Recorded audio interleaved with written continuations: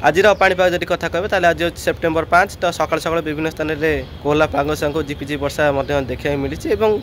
आगामी 12-13 घंटा पर्यटन जब कह निश्चित भाव में दक्षिण पूर्व बंगोपसागर वायु प्रभावित हो उत्तर ओडिशा पर्यंत उत्तर ओडिशा दे एक निम्नचाप रेखा जाइए जहाँफल कि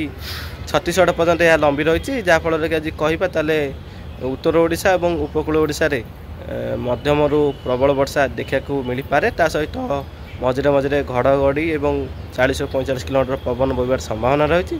जेहेतु उत्तर ओडिशा दे निम्नचाप रेखा जाइए बालेश्वर मयूरभंज केउझर सुंदरगढ़ संबलपुर झारसुगुड़ा यही अंचल मानक आज से जिले में गोटी दुटी स्थान में 50 रु अधिक मिलीमीटर 100 मिलीमीटर पर्यटन वर्षा जापे और पश्चिम ओडिशा दक्षिण ओडिशार विभिन्न स्थान में मौसुमी वायुजनित वर्षा देखा मिल पारे ये आज पाणीपाग स्थिति गत 24 घंटा जब कथा कह वर्षा रेकर्ड कराई सर्वाधिक वर्षा मयूरभंज जिले में जदि मोरडा ठारे कह 84 मिलीमीटर वर्षा रेकर्ड कराई से बालेश्वर बाहानगर 70 मिलीमीटर वर्षा रेकर्ड कराई भद्रकर भंडारीपोखर 70 मिलीमीटर ऊपर अधिक वर्षा रेकर्ड कराई।